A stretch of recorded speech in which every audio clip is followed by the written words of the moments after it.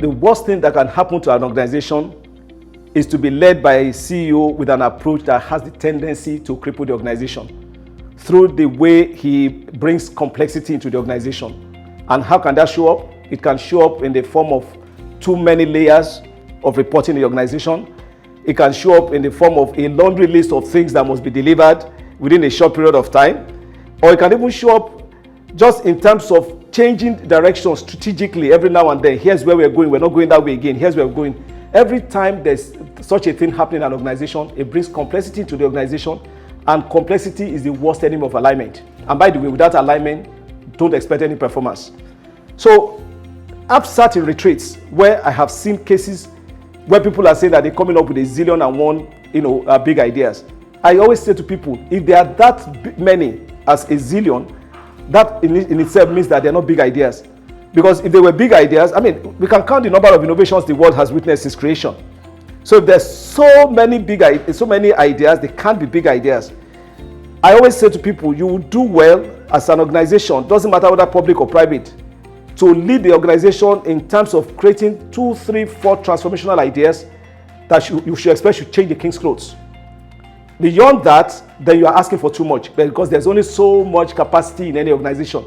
And like I always say, there's only 24 hours in a day. As CEO of different companies, I had witnessed cases where even senior managers on a Monday morning will write a list of 7 things they must do within that week. Okay? And by the way, if they're a senior manager, it will mean that what they're writing to do is not to prepare a cup of tea or to clean their desk. These are sometimes very strategic, big initiatives, and they want to do 7 in a week. What you discover is that most times they start one on a Monday, then they realize that, oh, I'm spending too much time, I haven't finished it, I've got to go to the second one. So they pack the first one, go to the second, pack the second because they can't finish, go to the third, with the result that at the end of the 5 days, on Friday, they have started or they have completed none. Less is more. What about if they decided that they were going to do only 2 or 3 for that week and they completed those 3? Less is more. So sometime in the mid-90s, when Buba Marwa, I'm sure many of you know him, was appointed the sole administrator for Lagos State, which I think is the equivalent of the governor of a state. I remember I was with Coca-Cola at that time, and Coca-Cola sponsored a football match where he was invited to as guest of honor. And my managing director, then one Mr. Ayla Rind, Scottish man, great guy, sat with him, and they kept talking throughout the football game. And then subsequently after that, I asked the man, I said, look, Mr. Rind, what is it you were talking about with the new governor in quote? And he said to me, Sheni, that man is the most brilliant Nigerian I've ever met, which I found very offensive, because first, I'm Nigerian, and secondly, I work for you.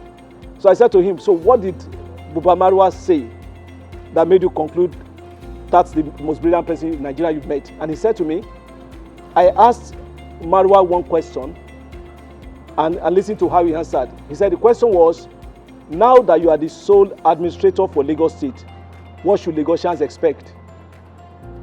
Marwa's answer, well, Lagos has a myriad of problems, and I'm not going to try to attend to all. But I'll tackle 2 in the hope that Lagosians will remember me for good on account of those 2. And he told my MD then, those 2 will be, 1, fixing all the bad roads. Now, that was a very material statement, given that the governor before him had said there was no bitumen anywhere in the world. And so the roads were bad, potholes. He said we'll fix the roads. Secondly, he said we'll fix security, another major issue at that time, given what we were seeing in the state. True to his word, shortly after that, we were getting the potholes filled, bitumen came out, roads were tarred, and so on and so forth. On security, he started what he called Operation Sweep. Okay, subsequently a few other states took after that. I think Oyo State did Operation Bale. I think Anambra State did Operation Storm, whatever. But the point is that he talked about those 2 things in the mid-90s. I'm sitting here decades later, I can remember. I have since then sat in meetings with many other governors and states and at even the federal level. And they talk about 14-point transformation agenda, 20-point transformation, and you can't even remember any.